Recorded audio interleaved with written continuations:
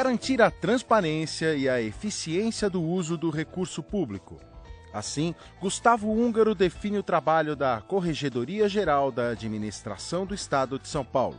Gustavo é presidente desse órgão e, em uma conversa com Márcia Semer, fala sobre o processo de apuração e análise de denúncias contra o serviço público estadual e como isso, mais do que gerar punições, pode criar mecanismos de controle interno do Estado. Está no ar Argumento, Advocacia Pública em Ação. Gustavo, é um prazer recebê-lo aqui no nosso programa Argumento, que é um programa voltado a mostrar para a população o trabalho da advocacia pública. Você é corregedor geral da administração de São Paulo e atua na área exatamente de controle de legalidade, de transparência, que hoje é a palavra da moda. Eu queria que você, e tem, evidentemente, o seu trabalho tem uma interface muito grande com a advocacia pública, na medida que compete à Procuradoria do Estado de São Paulo o processamento das questões disciplinares e também a recuperação de ativos desviados, enfim, a atuação também de um outro tipo de controle de legalidade na defesa do patrimônio e do interesse público. Eu queria começar a nossa conversa aqui pedindo a você que explicasse a quem nos ouve o que faz a Corregedoria Geral da Administração de São Paulo. Quais são suas atribuições e o seu papel dentro da administração paulista? Com prazer. Quero agradecer essa oportunidade de estar neste prestigiado programa da Associação dos Procuradores do Estado de São Paulo. De fato, tenho essa satisfação de interagir muito com a Procuradoria-Geral do Estado. A Corregedoria Geral da Administração necessita dessa interação, porque são várias as frentes de atuação nossa em que há necessidade, né, ou de consulta prévia à Procuradoria, ou para que haja plena efetividade aquilo que se busca, né, que é sempre procurar que os princípios regentes da administração pública tenham efetividade, ou seja, que a legalidade seja respeitada, a moralidade, né, a publicidade, que hoje o novo nome da publicidade, a meu ver, é a transparência, né, e também o novo princípio da eficiência, né, buscar avaliar também como que o recurso público está sendo utilizado, como que o próprio Estado está funcionando para bem aproveitar os recursos colocados à disposição e atender a população.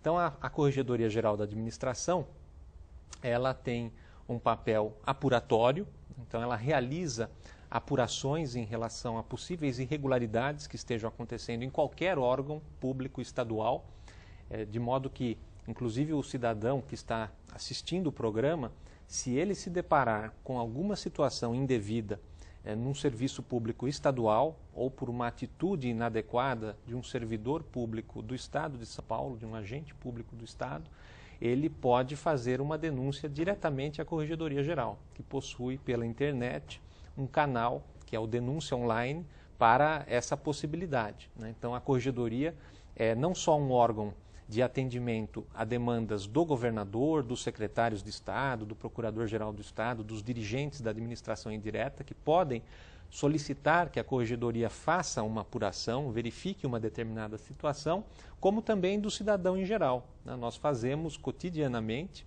apurações por provocação de usuários de serviço público ou mesmo de servidores públicos, que por vezes identificam uma situação que pode ser irregular e aponta isso para que a Corregedoria, então, atue. Então, esse é um papel importante, né, o apuratório. Há também um papel estratégico em termos de análise do que possa estar acontecendo, né, em todo o âmbito estadual e colaborar para correções estruturais, para que problemas recorrentes não continuem se repetindo e causando, muitas vezes, ou prejuízo, né, ou situações de modo geral, indevidas. Tem uma atuação também no sentido preventivo, com o fomento a cursos para os servidores, para os gestores do dinheiro público, né, para o setor de compras públicas, né? Então, nós temos recentemente uma iniciativa conjunta com a Secretaria de Gestão Pública, com a Fundap, com a participação também de procuradores do Estado na formulação de novos cursos que já estão sendo propiciados gratuitamente para os servidores do setor de compras públicas. Então, desde o preparo correto de uma licitação até depois o recebimento com a devida verificação daquele material, daquele produto adquirido para que corresponda ao que estava estabelecido. Então, essa ação preventiva, de conscientização, né, de difusão das boas práticas é também uma preocupação da Corregedoria. E o que vem sendo utilizado de maneira mais intensa e que multiplica a possibilidade, né, de um trabalho efetivo é o uso da tecnologia da informação. Então, este também é um aspecto muito interessante. São Paulo tem avançado bastante nisso. Para termos uma ideia, hoje todos os contratos dos chamados serviços terceirizados, que todos os órgãos públicos precisam para bem funcionar, ou seja, limpeza, né? Vigilância patrimonial, locação de veículos, reprografia, hoje também há uma prática de locação dos equipamentos, né, reprográficos, os computadores, a parte de informática. Então, todos esses serviços terceirizados hoje, eles são parametrizados, eles têm que ser contratados, licitados por meio de parâmetros previamente estabelecidos, então não compete ao gestor individual definir se a limpeza, por exemplo, vai ser por metro quadrado ou por homem-hora. Não. Tem Isso já está no caderno de terceirização, o famoso CADTEC. Exatamente. Então esse foi um passo importante, organizar, disciplinar esses serviços e em seguida unificá-los numa base única informatizada que permite um controle. De modo que hoje, na Corregedoria, nós temos 5 corregedores que dos seus próprios monitores, dos seus computadores, eles são capazes de fiscalizar aproximadamente 10 mil contratos, que é o conjunto, né, é a totalidade desses contratos terceirizados que estão nesse sistema. E com isso, qual é o ganho? Além de se evitar situações de superfaturamento, de contratos, né, com situações que não permitam comparação, há também uma economia real. Por quê? Essa fiscalização ela propicia que haja uma redução de valores contratados. Quando se constata que algum componente do preço está acima desses parâmetros calculados pela Secretaria de Gestão Pública, o corregedor cobra do gestor daquele contrato uma providência ou para fazer um novo pregão ou para repactuar e reduzir o valor daquele contrato. Normalmente são valores muito pequenos individualmente, mas pela quantidade de contratos, nós temos... Ou pela quantidade contratada também, às vezes. Pelo valor contratado, que é muito elevado, e pela quantidade, né, como eu disse, são 10 mil contratos de serviços terceirizados de todos os órgãos do Estado de São Paulo. Só nesse ano de 2012, a redução contratual gerada pela fiscalização da Corregedoria, ela já é superior a 13 milhões de reais. Só nesse ano de 2012. Aquilo que foi reduzido, né, de valores contratuais. Então, isso mostra como uma fiscalização efetiva, além de evitar situações escandalosas, graves, também propicia a economia de recursos públicos que podem ser reinvestidos em outras necessidades da população. Em São Paulo, não há apenas um órgão que tem esse papel de zelar pela regularidade dos processos no âmbito administrativo. Isso eu queria que vocês me usassem um pouquinho também, até mostrando a diferença entre o papel da Controladoria Geral da União e o papel da Corregedoria Geral da Administração, que atua em São Paulo. Isso, esse é um aspecto bastante interessante. A CGU, a Controladoria Geral da União, ela é um órgão que concentra nela própria todas as estruturas de controle interno do Poder Federal, né, da Administração Pública Federal, do Governo Federal. Então, a Corregedoria Geral da União, a Ouvidoria Geral da União, as áreas de transparência, prevenção, todas essas estruturas, o Conselho Nacional de Transparência, todas essas estruturas estão dentro da CGU, que hoje é um ministério, né? No caso do Estado de São Paulo, as estruturas não estão concentradas em um único órgão. Então, a Corregedoria Geral da Administração, ela faz parte da Casa Civil, é um órgão que se vincula ao governador e que faz parte, portanto, da Casa Civil, mas existem outras corregedorias, na Procuradoria Geral do Estado, nas polícias, na Fundação Casa, como existem outros órgãos de auditoria no Estado. né? A Secretaria da Fazenda é a responsável pela auditoria de todos os órgãos da administração direta, e nas empresas, fundações e autarquias existem auditorias específicas. Como também São Paulo conta com uma rede de ouvidores, que não existe na União com a dimensão do que existe aqui em São Paulo. São 252 ouvidores ou ouvidorias funcionando no nosso estado. A ouvidoria tem um papel importante de ajudar a administração a parametrizar as demandas da sociedade, né? Eu acho que é a outro ouvidoria... tipo de abordagem, de reclamações que chegam, que não só as reclamações internas da administração, mas a do próprio cidadão. Eu vejo dessa forma também, a ouvidoria como uma porta permanentemente aberta para o usuário do serviço público, para o cidadão tanto reclamar, como também apontar algo que o surpreendeu positivamente, uma sugestão do que pode ser feito para melhorar um determinado serviço.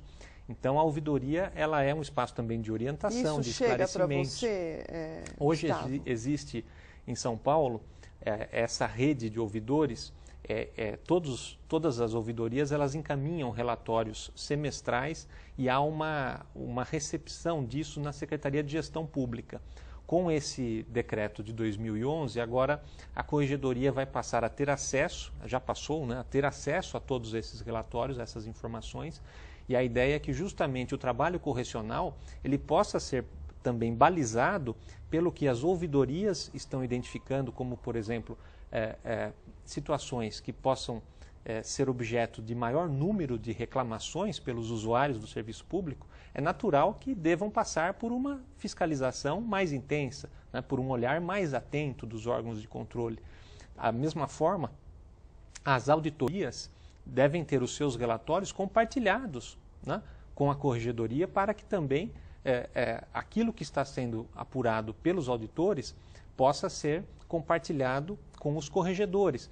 Então, o propósito do Sistema Estadual de Controladoria de São Paulo é o de favorecer essa integração para que a própria disposição constitucional que fala que cada poder deve manter um sistema de controle interno de forma integrada aconteça. Então, é da própria essência da Constituição que o controle não deve acontecer de forma isolada, parcial, né? Sem observar o que possa realmente estar acontecendo. Então, é isso que nós estamos procurando colocar em prática por meio desse Sistema Estadual de Controladoria, que dotou a Corregedoria Geral de uma ouvidoria para fazer a interação com as demais ouvidorias e para analisar esses relatórios, de uma auditoria, que também tem esse mesmo propósito de compilar, né, os dados de todas as auditorias do Estado, que são dezenas, e balizar o trabalho correcional, uma comissão geral de ética que está sendo implantada e um conselho de transparência pública, que também vai ser um órgão colegiado novo que se proporá a fomentar a transparência, né, mais publicidade em todas as ações do Estado. E o conselho será um órgão paritário, com metade dos seus integrantes sendo representantes da sociedade civil, e que juntamente com os representantes de secretarias de Estado procurarão colaborar no aperfeiçoamento do próprio portal da transparência do Estado, que já está disponível na internet, né, com todas as informações sobre os repasses de recursos, sobre os servidores públicos, quais são os cargos existentes, quais são os convênios em vigor, as organizações sociais que estão administrando hospitais, projetos culturais. Então, todas essas informações de interesse público, elas já estão disponibilizadas para consulta livre de qualquer interessado pelo portal da transparência. E nós sabemos que a internet hoje, ela demanda uma mudança, uma atualização permanente, quase que, né, diária, a todo momento. Então, o Conselho vai também ajudar a identificar novas possibilidades de aproveitarmos a internet para propiciar ainda mais transparência à gestão pública. Quais as consequências, né, e quem ultima aí o processamento dos servidores ou dos contratos, enfim, onde a Corregedoria detecta algum problema?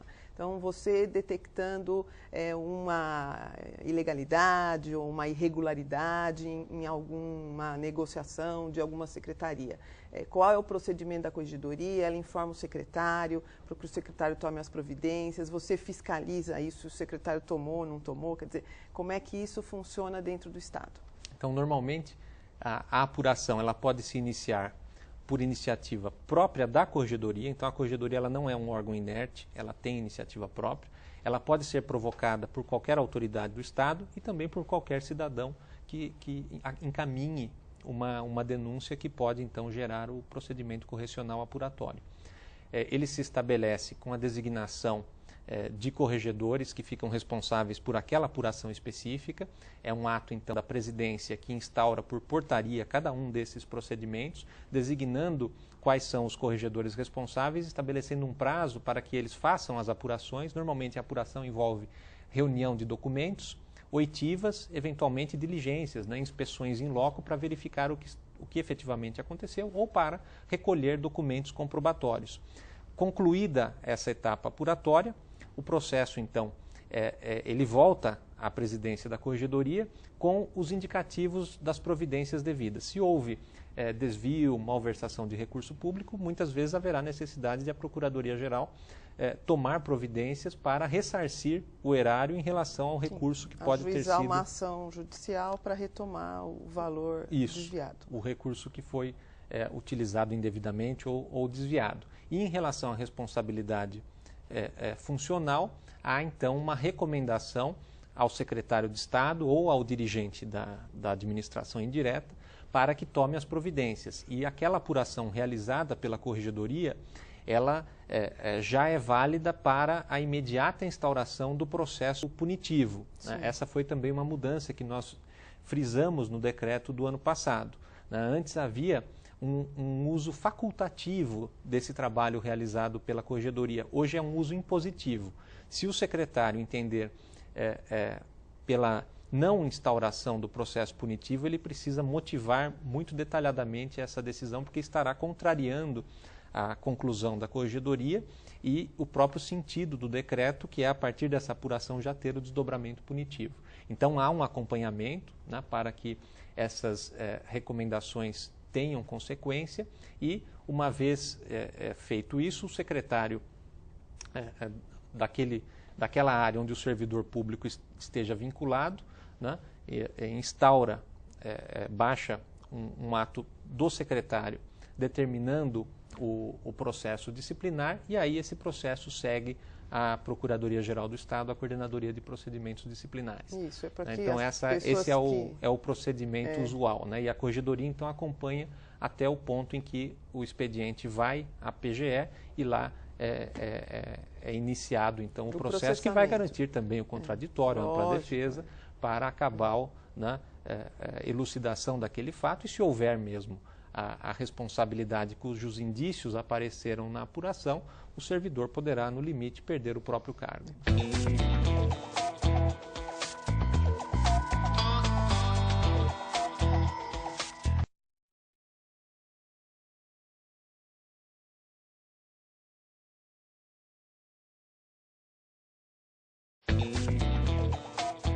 Voltamos a apresentar Argumento, Advocacia Pública em Ação.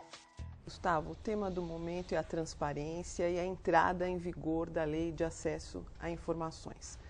Certamente a Corregedoria da Administração tem um papel importante nisso, tanto do ponto de vista de orientar os servidores públicos com relação à sua atuação, como de também apontar diretrizes de atuação para esses próprios servidores públicos com relação a esse tema.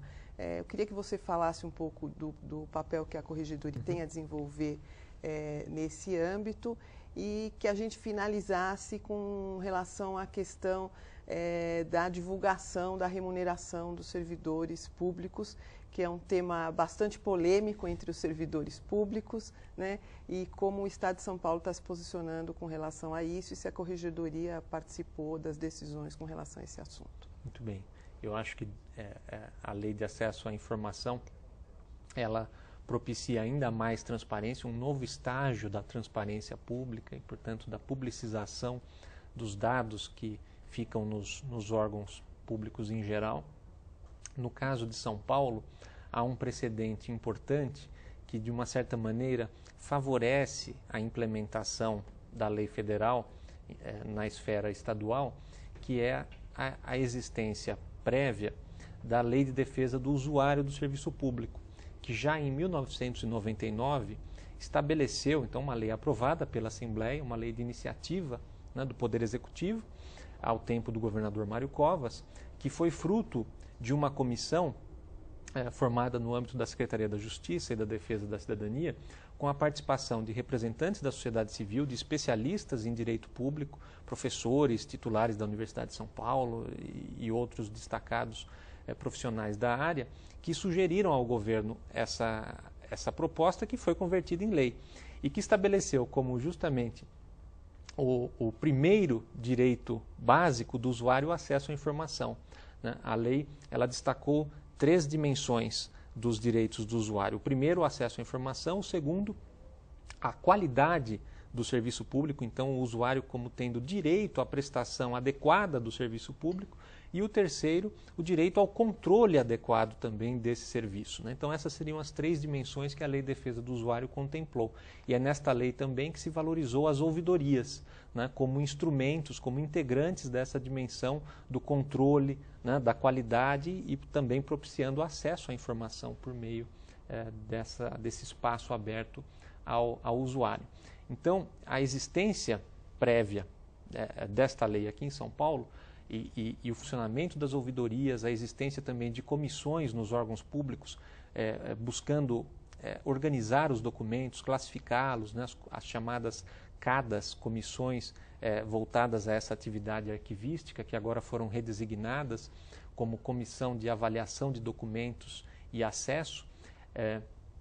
Essa situação, então, propicia que a Lei de Acesso à Informação tenha plena efetividade e observância nos órgãos estaduais. E tem sido feito um esforço também adicional nesse sentido.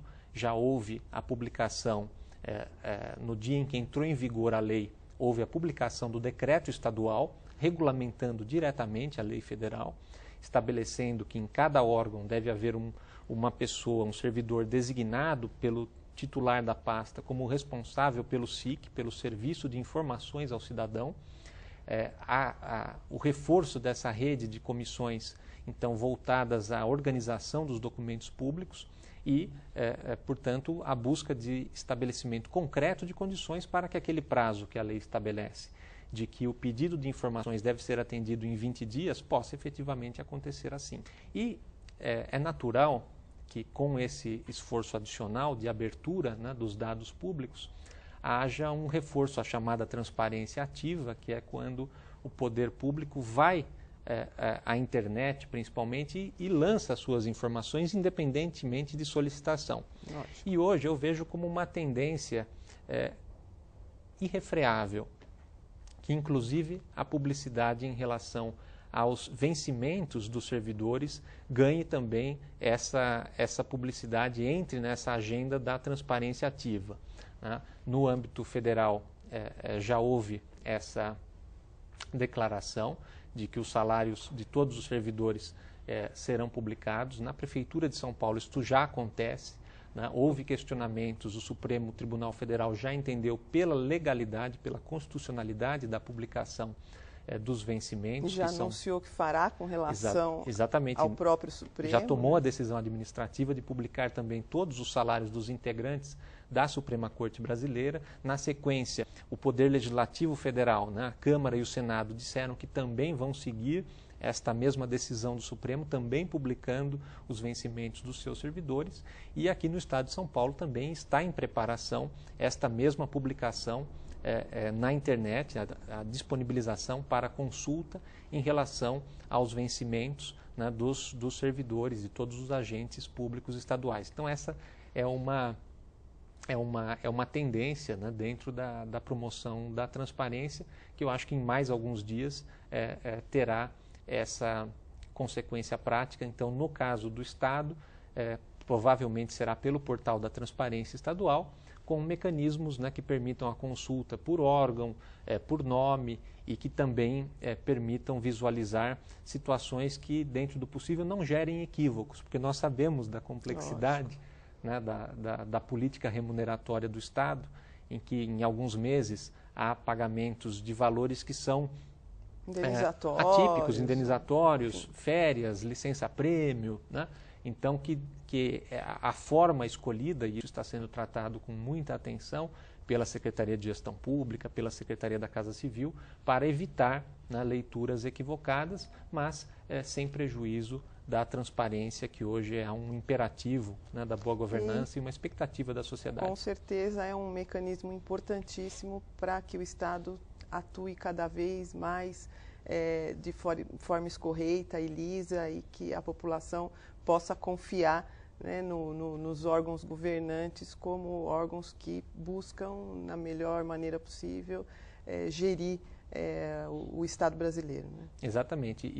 E eu acredito que com essa exposição, quer dizer, se houver alguma situação indevida, ela poderá ser enfrentada e se de fato estiver sendo observado o conjunto normativo que disciplina a questão salarial, essa é a informação que nós temos, né, que no Estado de São Paulo, os valores máximos que podem ser pagos aos servidores públicos, os chamados tetos constitucionais, eles são efetivamente respeitados. Né? Então, com essa publicação, isso ficará evidenciado, né? E, eventualmente, situações que estejam fora do que seja devido poderão ser enfrentadas, mas se isso acontecer, eu acredito que será algo absolutamente excepcional. Gustavo, eu quero agradecer imensamente a sua entrevista, parabenizá-lo pelo trabalho que você desenvolve à frente da Corregedoria Geral da Administração. Como cidadã, reconhecer a importância de órgãos de controle como o que você